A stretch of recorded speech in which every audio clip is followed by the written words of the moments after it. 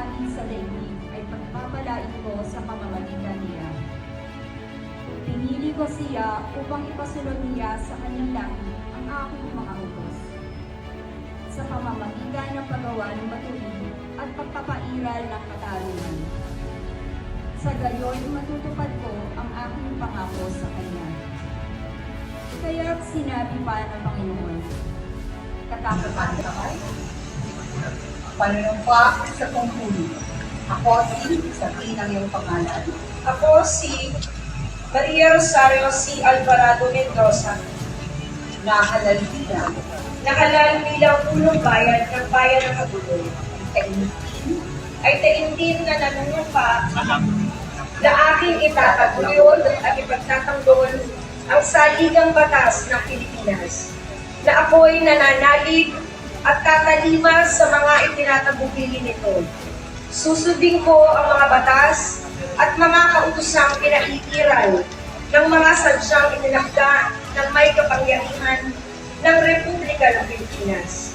At kusa at buong laya kong babalikatin ang pananalutang ito ng walang pasubali o hangaring umiwas. Kasi nga nawa ako ng Panginoon. mga kababayan, ang ating punong bayan, ginagala Maria Rosario C. Alvarado Mendoza.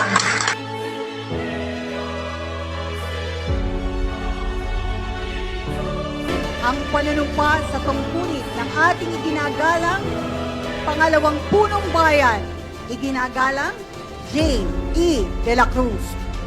Ako si Ako si Jane Estrella de la Cruz, nahalal nahalal bilang pangalawang punong bayan ng bayan ng ng Bayan ng Hagunoy, ay taimtim ay taimtim na nanunumpa na nanunumpa na aking na aking itataguyod itataguyod at ipagtatanggol at ipagtatanggol ang saligang batas ng Pilipinas ang saligang batas ng Pilipinas, na ako'y na ako'y nananalig nananalig at tatalima at tatalima sa mga itinagubilin nito.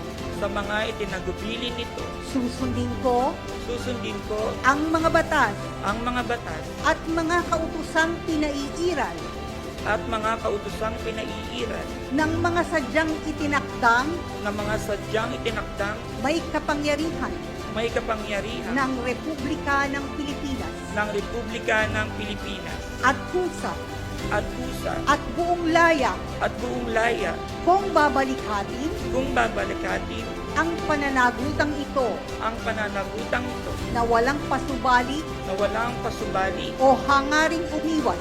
o haring iniwan, Kasihan nawa ako ng Diyos. kasi hawan ako ng Diyos. Ginagalang pangalawang punong bayan, J. E. de la Cruz.